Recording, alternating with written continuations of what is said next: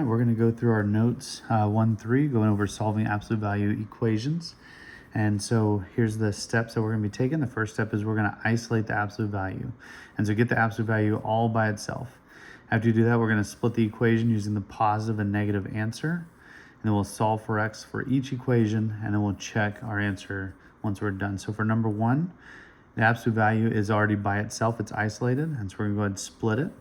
We'll set this inside equal to the positive, and we'll set equal to the negative. And if there's anything to solve, we'll solve it. Right now, right here, there's not, so our answer is positive or negative 5.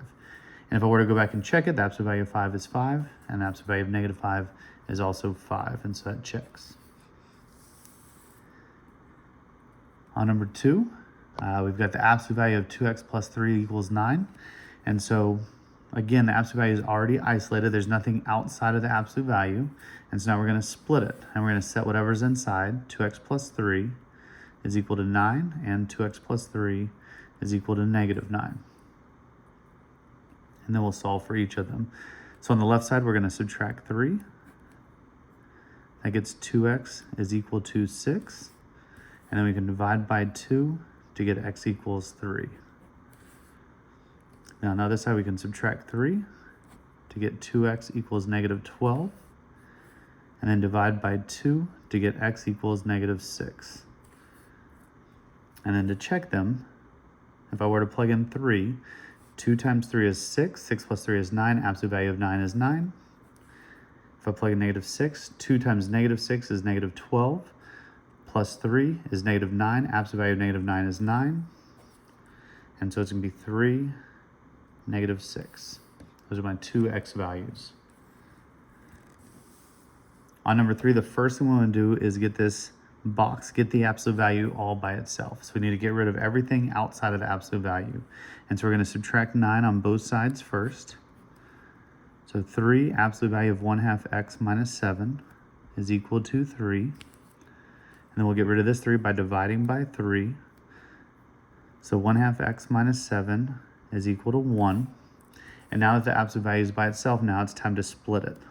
So 1/2 x minus 7 is equal to 1, and 1/2 x minus 7 is equal to negative 1.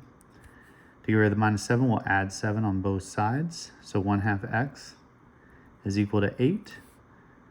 And then to get rid of 1/2, you're going to multiply by the reciprocal. So we'll multiply by 2. That'll cancel that out. X is equal to 16. Over here, we'll add 7.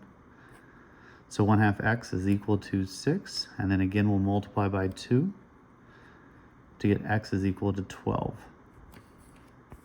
And then again, we can check this by plugging it in. So if I were to plug in 16, half of 16 is 8. 8 minus 7 is 1. Absolute value of 1 is 1. 1 times 3 is 3, plus 9 is 12. If I were to plug in 12, half of 12 is 6. 6 minus 7 is negative 1. Absolute value of negative 1 is positive 1. Times 3 is 3, plus 9 is 12. So I know I said that kind of fast, but it's just checking it. I don't have a calculator on me, but if you had a calculator, you could also just plug in the x into your calculator and make sure that this equation does equal 12. And so the calculator can make it nice and easy. We'll go over that whenever I get back. All right, number 4. Same thing to start off. I want to get this absolute value all by itself. And so we're going to add 6 to the other side. 13, absolute value of 2x plus 4 is equal to 39. And then we'll divide by 13 to get 2x plus 4 is equal to 3. And now that the absolute value is by itself, we're going to split it. So 2x plus 4 is equal to 3, and 2x plus 4 is equal to negative 3. Then we're going to subtract 4. To get 2x equals negative 1, divide by 2. So x equals negative 1/2. That's one of my answers.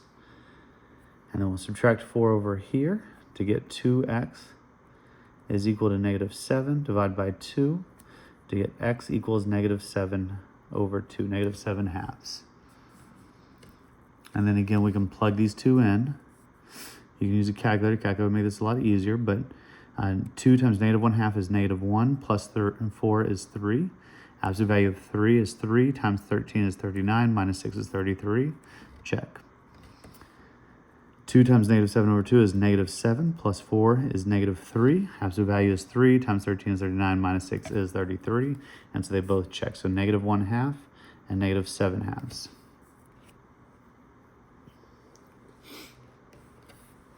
All right, number 5.